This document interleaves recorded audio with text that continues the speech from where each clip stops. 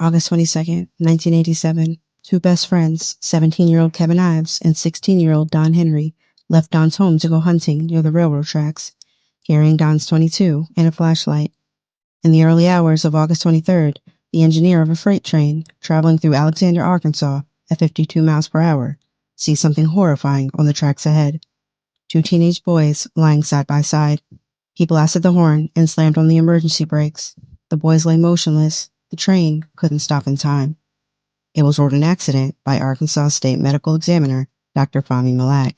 He concluded that the teenagers had fallen into a deep sleep on the tracks due to THC intoxication and never heard the enormous freight train bearing down on them. Neither their parents nor the freight crew believed it. The boys were partially covered by a tarp, and neither reacted to the train's horns, lights, or vibrations. A private pathologist was hired. He found evidence that suggested Don suffered a sharp force injury to his back, and Kevin suffered severe head trauma before the train struck them. A grand jury concluded probable homicide. After this new conclusion, people that were believed to have information about the case began passing away. Keith McCaskill suffered over 100 sharp force injuries in his driveway. Keith Connie lost his life in a mysterious motorcycle accident. Greg Collins found with 3 GSWs, and Daniel Bearden simply disappeared.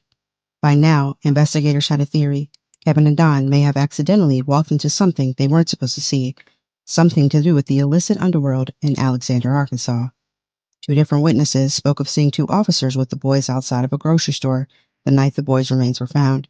They reported the officers were being rough with the teens before putting them in their vehicle. When the officers returned, the boys weren't with them. To the families, the possibility of corruption was hard to dismiss. Dan Harmon, the special prosecutor for the grand jury, was later sentenced to 11 years in prison for conspiracy. The description of the officers allegedly seen with the boys at the grocery store hours before the remains were found fit officers Kirk Lane and Jay Campbell. Both men denied involvement but could not provide an alibi. Jay Campbell was sentenced to 40 years in prison in 2007 after being charged with numerous forms of corruption. His conviction was overturned and he was released in 2010. Kirk Lane became a chief of police in 2009. No one has been convicted of taking the lives of Kevin Ives or Don Henry.